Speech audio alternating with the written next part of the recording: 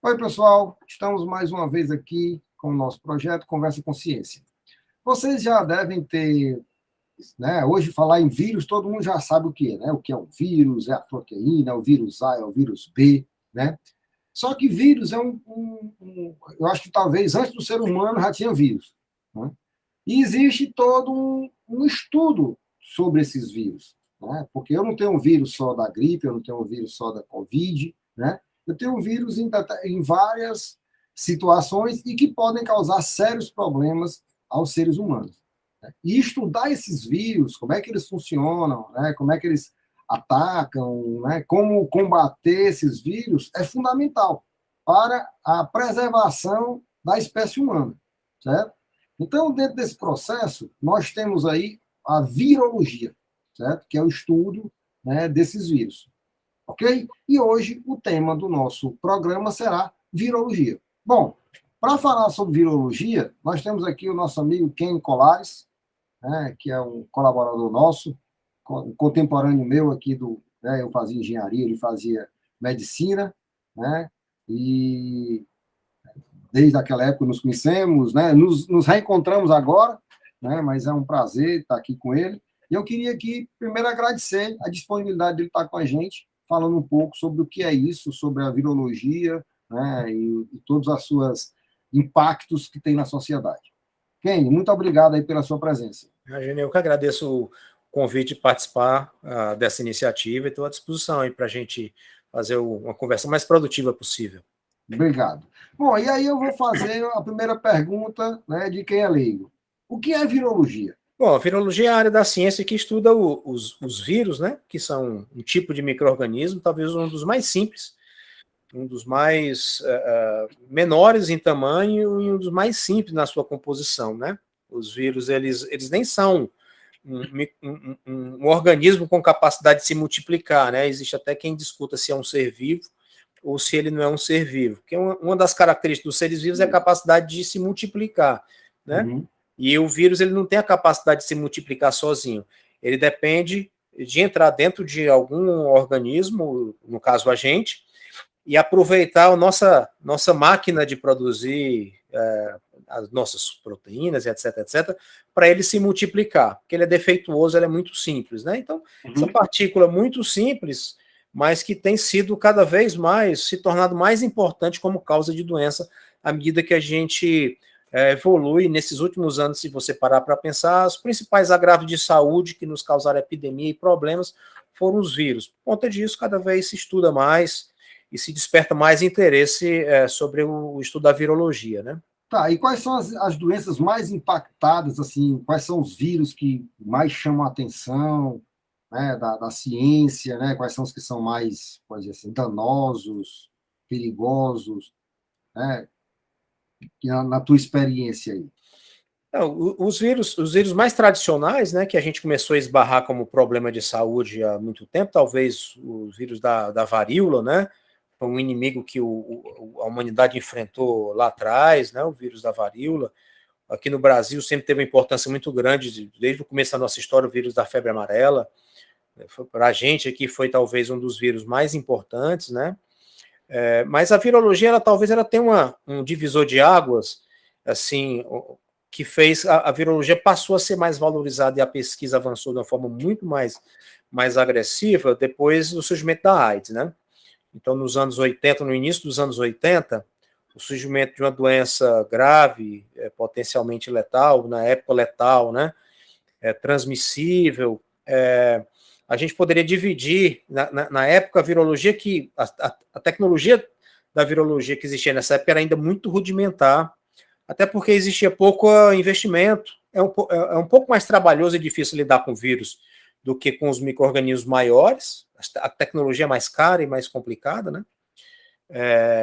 E o impacto que a AIDS teve no mundo como um todo acabou sendo uma motivação para que se investisse mais, se desenvolvesse técnicas, e a virologia dos anos 80 para cá, ela acumulou muito mais de informação, ela avançou muito mais do que, digamos, os séculos aí que a gente vinha enfrentando doenças que já existiam, mas que a gente não, digamos, não tinha tecnologia para isso, né? Ou a tecnologia era limitada à vacina.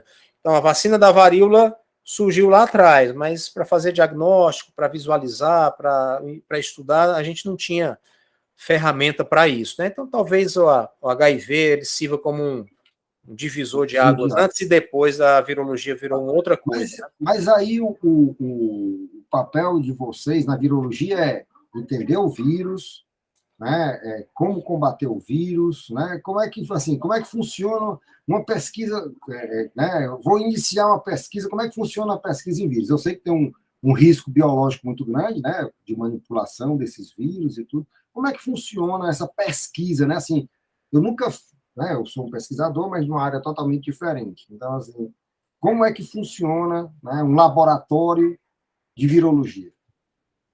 Bom, o laboratório de virologia, né, a gente pode ver o laboratório da ciência básica, que está estudando dentro do laboratório esse vírus, né? Ele realmente tem esse aspecto, ele vai tentar desenvolver técnicas que ele consiga fazer aquele vírus crescer dentro do laboratório, dentro dos tubos de ensaio, que é uma coisa relativamente difícil, né? Existe aspecto de biossegurança, existem alguns vírus que são tão transmissíveis e tão arriscados que a gente precisa de laboratórios em que você tem que entrar. Os laboratórios de biossegurança eles são divididos em 1, 2, 3, 4, né? E aqui no Ceará a gente tem 1 ou 2 laboratórios nível 3, não temos nenhum no nível 4, que seria para lidar com vírus como o ebola, com vírus com alta letalidade e alto risco de transmissão, né? Então, realmente tem que ver esses aspectos de biossegurança e, geralmente, no laboratório a gente vai estar trabalhando, estudando o crescimento desse vírus em cultura, estudando a capacidade de você desenvolver anticorpos para bloquear esse vírus. Então, parte do estudo com vacina é feito no laboratório com o vírus e colocando os anticorpos para poder ver se o anticorpo é capaz de inibir o vírus. Desenvolvimento de medicamentos. Então, antes de você partir com remédio para usar em animais, em seres humanos, você vai testar em células, né? Você colocar no tubo de ensaio um pouco daquela solução, daquele remédio que você quer testar e ver se ele impede o vírus se multiplicar. Se ele impedir o vírus se multiplicar, você pode estar diante de uma medicação que pode ter futuro para avançar dentro desse processo. Vai para testar em animais. Se ele mostrar que ele tem potencial, ele vai para ser testado em seres humanos, né? E aí tem outro lado das pesquisas, que é justamente a pesquisa clínica, que é lidar com o paciente e o vírus, né? Então, a gente já está lidando com indivíduos que estão com esse vírus, então a gente descrever quais são os sintomas, as características, por exemplo, esse vírus novo que chegou, ninguém sabia nada sobre ele, então quais são os sintomas que ele causa, né? Qual é a proporção de indivíduos que precisam de UTI e que morrem, né? Como é que esse vírus ele causa destruição do pulmão, no caso do vírus da Covid? Qual é o mecanismo, né? Até para você imaginar qual é o tipo de remédio será que eu posso utilizar para bloquear, depende um pouco do mecanismo. Quais os instrumentos para fazer diagnóstico? Como é que eu vou fazer diagnóstico desse vírus? Então, tem técnicas para poder fazer o diagnóstico do vírus. Tratamento, né? Então, essa parte clínica já tem um pouco mais essa coisa de buscar a melhor forma de diagnosticar, a melhor forma de tratar esses indivíduos, né? Certo, mas aí tem então, assim, a virologia, ela é a base para os estudos das vacinas, é isso? Em parte, sim, né? As vacinas, elas existem vacinas para bactérias, né? E vacinas para vírus. Então, claro, mas existe uma interface aí entre a imunologia e a virologia, né? Na hora do desenvolvimento de vacinas, ainda mais agora que as vacinas elas estão utilizando o código genético do vírus, então é preciso que você conheça o código genético do vírus para inserir um pedacinho daquele código genético dentro da vacina. Então existe uma interface importante entre a imunologia e a virologia para fazer as vacinas para vírus. E a clínica, né? Porque na hora que você vai testar isso em seres humanos, nem o pesquisador de laboratório da imunologia, nem o pesquisador da área de virologia de dentro do laboratório, eles vão ter a capacidade de levar isso para o paciente, né? Que a gente fala hoje em dia da área de virologia clínica, que é uma área, digamos, relativamente novo entre a gente. Gente que trabalha com vírus, mas que trabalha com doente, com gente. As doenças na vida real, e não no laboratório. Já na profilaxia, né? Ou seja, já no tratamento, né? Já na atuação direta no indivíduo, no paciente, no doente. Tá, agora me diga outra coisa. E essa relação, né? O pessoal fala muito que os vírus vêm dos animais, né? E normalmente, por exemplo, né, eu posso estar enganado, mas, por exemplo, o vírus da varíola, né? Vamos dizer, a cura veio a partir da vaca, né? Porque a vaca não tinha o vírus, mas não desenvolvia a doença, né? Então, isso, como é que isso funciona? É isso mesmo? Ou é folclore? De uma forma geral, todas as doenças infecciosas que nós temos, independente de ser vírus ou não ser, a gente houve um salto dos animais para a gente.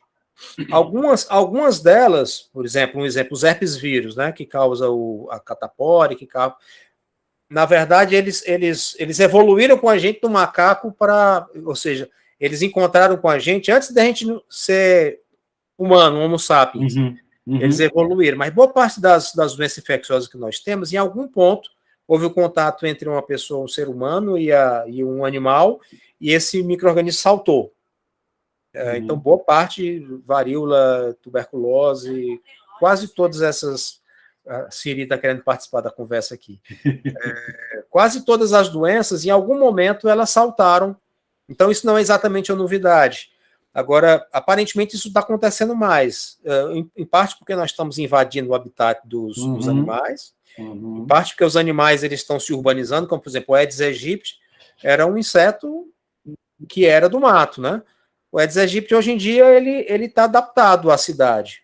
Como a gente degradou o ambiente dele, ele se acostumou. Hoje em dia, o Aedes aegypti ele gosta mais da cidade do que gosta do mato. Mas, obviamente, isso foi um processo evolutivo.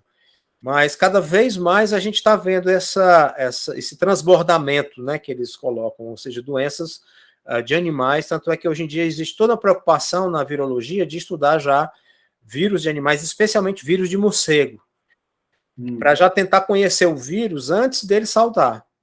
Ah, né? certo. Ou seja, já estaria se preparando, né? Já Mas se por preparando. Que o morcego? Agora uma curiosidade. Por que o morcego? O morcego, ele parece que ele tem um sistema imunológico, ele é um bicho que parece ser muito diferente da gente, mas não é, né? Ele parece muito com um roedor, né? Ele digamos, ele tem uma semelhança orgânica com a gente razoável, como mamífero, né?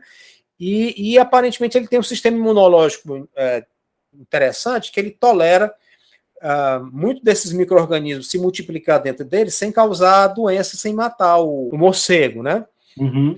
Então, ultimamente a gente tem visto cada vez mais alguns, por exemplo, o ebola, que até alguns anos atrás nem se achava que tinha alguma relação com o morcego, mas tem se descoberto, aparentemente, que o vírus originalmente está em morcego.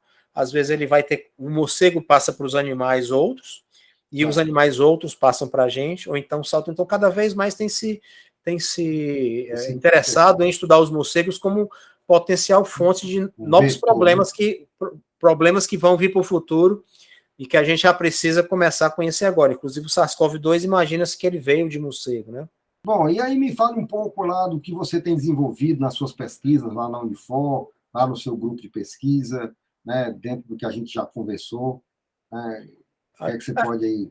A gente tem tentado aí eu retornei aqui para Fortaleza em 2007, né?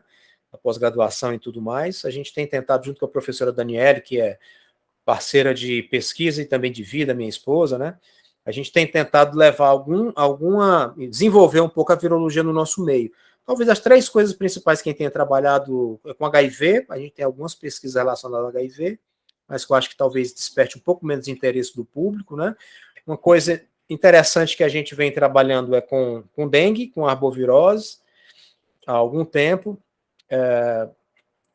O que a gente tem aprendido, o que a gente tem visto é que boa parte dos pacientes, das pessoas atendidas que recebem o rótulo de dengue no nosso meio, tipicamente a gente fez esse estudo, vem fazendo longitudinalmente, cerca de metade a gente não consegue descobrir o vírus da dengue, né? Esses vírus, essas arboviroses ou essas viroses mais agudas, elas causam doenças que muitas vezes são muito semelhantes. Os sintomas da dengue são sintomas muito parecidos com outras doenças, né? E a gente tem visto aí, e na literatura tem mostrado mais ou menos isso, que muitas vezes pacientes que são atendidos como dengue na nossa rede, uma parte deles tem outras doenças. algumas vezes doenças que podem ter tratamento, às vezes potencialmente doenças novas, né? Então, hoje existe um conceito da Organização Mundial de Saúde, existe uma linha de pesquisa que eles chamam de doença X. Doença X é uma nova doença que vai chegar, uma nova ameaça que vai chegar dentro dessa ideia que essas ameaças são cada vez mais comuns e que a gente precisa desenvolver formas de descobrir rapidamente que essa doença está circulando entre a gente para que se possam tomar medidas, né? Então, uma das coisas importantes é a gente fazer essa vigilância, ou seja, esses 50% que não tem dengue, o que é que eles têm? É um dos problemas de pesquisa que a gente tem, né? Então, a gente tem buscado encontrar outros agentes conhecidos e, eventualmente, utilizando recursos mais recentes que a gente pode, de repente, descobrir vírus novos, né? Ou seja, descobrir vírus novos ou patógenos emergentes que possam representar um problema novo. Então, a gente tem feito muito trabalho com o que a gente chama de vigilância de síndrome febril, ou seja, criar uma unidade, a gente tem feito isso para atender indivíduos com febre, e identificar quem tem as viroses conhecidas, tipicamente a dengue, chikungunya e zika, mas também identificar aqueles que não deu negativo para tudo e tentar definir o que são esses, o que é que está causando, o que é que está mascarado com cara de dengue, né? E a gente não está enxergando, né? E aí a gente tem dedicado um pouco a essa ideia de vigilância, sempre imaginando que a gente tem que estar vigilante, porque com certeza outras doenças novas elas vão surgir. Uhum. E quanto mais cedo, existem trabalhos mostrando, por exemplo, que a zika chegou aqui no Brasil, a chikungunya chegou aqui no Brasil um ano e tanto antes do primeiro caso diagnosticado, com as ferramentas de avaliação genética, eles chegaram à conclusão de que esse vírus ele passou cerca de um ano circulando, crescendo, né, causando doença, até que uma pessoa fizesse um teste e descobrisse que ele estava presente, né, justamente por falta desses sistemas de vigilância sobre novos patógenos, né? Então, uma das coisas que a gente tem trabalhado é com isso, e a gente inaugurou um pouco pesquisas com Covid, seria uma terceira linha de pesquisa que a gente, durante a epidemia, a gente tentou desenvolver e está desenvolvendo, que é também fazer um sistema de vigilância para pessoas com Covid, para pacientes com Covid, para identificar o vírus, para acompanhar as variantes e a emergência de novas variantes. A gente viu como é importante e como a nova variante do vírus, a capacidade de estrago que tem de causar problema, né? Um vírus que está controlado, de repente surge uma nova variante e a gente tem uma nova onda da doença, né? Teste de vacinas, né, para poder testar vacinas. Então, a gente tem tentado montar uma unidade sentinela para poder fazer esses estudos com pacientes, né, e utilizando o laboratório de virologia que a gente tem equipado, está tentando criar, né, com toda a capacidade aí, é um investimento que é uma área muito cara, muito laboriosa, mas estamos montando uma estrutura para poder fazer esse processo de vigilância de síndrome gripal e vigilância de síndrome febril, para ver os pacientes e estudar os vírus. E vocês também fazem, por exemplo, a vigilância, porque, por exemplo, também, né, o que você estava falando ali, tem um cara que está com todos os sintomas da dengue, mas não está com dengue. Você fez lá todos os exames, então ele deve estar com algum outro vírus, alguma outra coisa que está causando aquilo. Mas também tem a situação em que o cara tem, né, e isso aconteceu muito, por exemplo, com a Covid, né, o cara tem a doença, mas ele é assintomático, ele não está aparecendo sintomas. Isso acontece também com outras doenças, né? Com certeza. E aí também vocês estudam esse paciente, né, que não apresentou sintomas? Não, no nosso caso, a gente não, como a gente trabalha com pacientes que procuram as unidades com síndrome gripal, com sintomas de gripe, com sintomas de febre, né? A gente, para estudar o assintomático, a gente teria que criar um outro ambiente, outra situação, né? Que para a gente, nesse momento, a gente não está conseguindo fazer, já porque para nos procurar, a pessoa precisa ter sintomas, mas com certeza é interessante fazer estudo. Praticamente todas as doenças infecciosas, elas têm essa característica. Alguns indivíduos não têm sintoma nenhum, alguns têm sintoma leve, outros têm aquele sintoma bem característico e uns têm sintoma grave, como a gente viu na Covid. Isso praticamente, as doenças infecciosas, elas repetem um pouco isso, ou seja, Nenhum de nós adoece exatamente igual. O encontro entre o indivíduo e o micro-organismo, ele dá resultados diferentes entre as pessoas, né? E, infelizmente, eu não tenho como estudar assintomático. Eu gostaria de ter mais condição. Mas existe pesquisa nessa área, dos com certeza, assintomáticos. com Existe, certeza, né? com certeza existe. Para justamente mostrar o que é que ele tem de diferente, né, de outras pessoas que pegaram, vamos dizer, não é que pegaram, Com certeza. mas tiveram sintomas diferentes, né? Porque aí Mas também ali, sei lá, é uma proteína diferente, sei lá, alguma coisa diferente no organismo daquelas pessoas que podem, e ali pode ser, por exemplo, um caminho para uma medicação, para uma vacina, não é isso? Exatamente, entender por que algumas pessoas não desenvolvem sintomas pode beneficiar as que desenvolvem, especialmente as mais graves, né? Com certeza.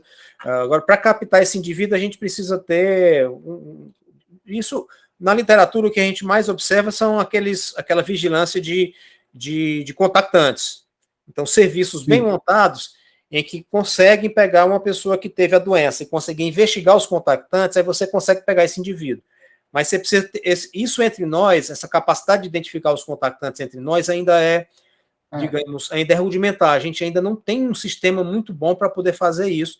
E isso custou caro, porque se a gente tivesse conseguido fazer isso, países que conseguiram fazer isso, conseguiram controlar muito mais a epidemia, porque você tira as pessoas de circulação, mas a gente ainda não tem ainda uma boa estrutura para fazer isso, tá entendendo? Na realidade, você tivesse isso, você conseguiria isolar, né, por pedaços, e não de ter que isolar a cidade toda, né? Exatamente. Até eu já fiz, até aqui no próprio programa, entrevistas, né? Por exemplo, tinha um professor que estava fazendo medindo o esgoto, né, a quantidade de vírus pelo Isso é esgoto. interessantíssimo, essa vigilância. Ainda era pode dizer assim, um protótipo, né? Não era. Também teve um outro professor, esse aí foi o professor André Bezerra, teve um professor Vasco Furtado, que fez dos contatos a partir usando os médicos, né? Não os médicos, os profissionais de saúde, né? E que pegavam ônibus. Então, eles marcavam ônibus e viam as pessoas e tentavam, né, mapear as pessoas, né? Mas também dentro de um processo, assim, de pesquisa, né? Um universo bem pequeno, uma amostra pequena, então que não tinha assim, mas pelo menos mostrou a importância, né, desse tipo de trabalho. Com certeza. Essa tecnologia tem sido. Na China, eles têm utilizado muito isso, né? Então, se você pegou um vagão lá e entrou um sujeito lá, e eles mapeam tudo pelo celular, que tinha Covid, eles vão entrar em contato com todo mundo que teve contato com ele, vai receber uma mensagem e vai ficar em observação para ver se tem sintoma ou não tem. Tudo isso feito por tecnologia da informação, né? E é uma ferramenta valiosíssima, né? Com certeza. Doutor Kenny, acho que, né, eu aprendi agora, já sei o que é virologia. Tá?